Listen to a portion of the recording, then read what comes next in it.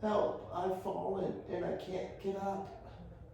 If this is you or somebody you know, this can be really serious or lead to serious injury. So let's listen up, and I got some tips on how to get up from the floor if you need it. All right, and as always, my name is Nicholas Ricca. I'm a physical therapist here in Florida, here to help you with your balance, your mobility, strength. As you age and get older, I want you to be successful. If you can't recall the last time you've gotten on and off the floor in the past couple years, then this is definitely something you need to work on. Because if you ever found yourself on the floor, you're not going to be sure how to get yourself up. I'm going to show you a few ways that you can do that today. So a lot of people, as they get older, they start to get maybe shoulder replacements, knee replacements, hip replacements, and therefore their time on the ground seems to come to an end. Well, today you need to be sure that you can go ahead and get up. So we're going to test it, okay? So we're going to get on the floor today, and the first thing we're going to do is we're going to make sure we have something next to us, like a couch or a chair, something sturdy, maybe pushed against the wall that you can lean on in case you have to get up. All right, and so we're going to start by turning towards that chair. So we're on our backs, we're going to try to turn onto our shoulders and our hip on this side towards the chair. And once we're here, we're going to try to get up into a tall kneeling position. And from here we have two options. So we're going to go over option number one. First, we can try to get up into a tall kneeling position with the help of our table or our chair or couch. So we're going to use this, and we're going to try to push and lean and get up onto our knees here. And once we're in this position, now we're in a good strong hold to try to get one of our foots up. So you want to try to lean and get a foot up in front of you if you can. And then once you're here, you're going to take this and this, and you're going to push until you get all the way up onto your feet. Okay? And once you're here, you can either do two things. You can stand up all the way, or you can push and just turn your butt and sit down. All right? Now, let's go over option number two. Okay, I'm back on the floor. All right? And so we're going into our side sitting position again. And what we can do from here, we can try to roll onto all fours, okay?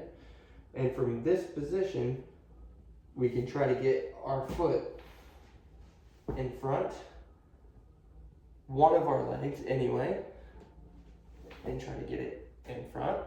And then we can either use our hand to push or try to push off the ground if we didn't have anything to help us, and stand all the way up.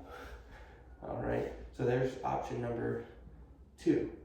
And a very uncommon option that I've used in some patients with pretty good core and upper body strength, but not very good lower body strength, is you're going to try and push yourself up from this position, meaning you're going to try to walk your hands backwards as you push your butt in the air. So here we go, you ready?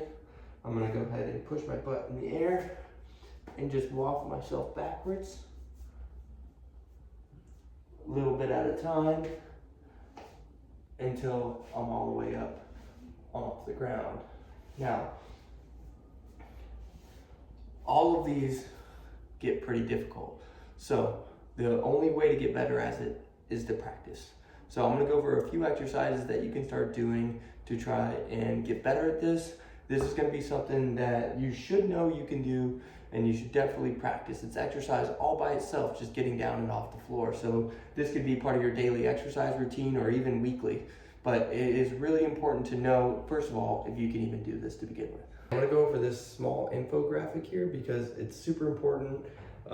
Falls is something I see all the time, and people don't realize how fast they lose their ability to get up and down, get in and out of bed, and how traumatizing it can be just to try to recover from a fall.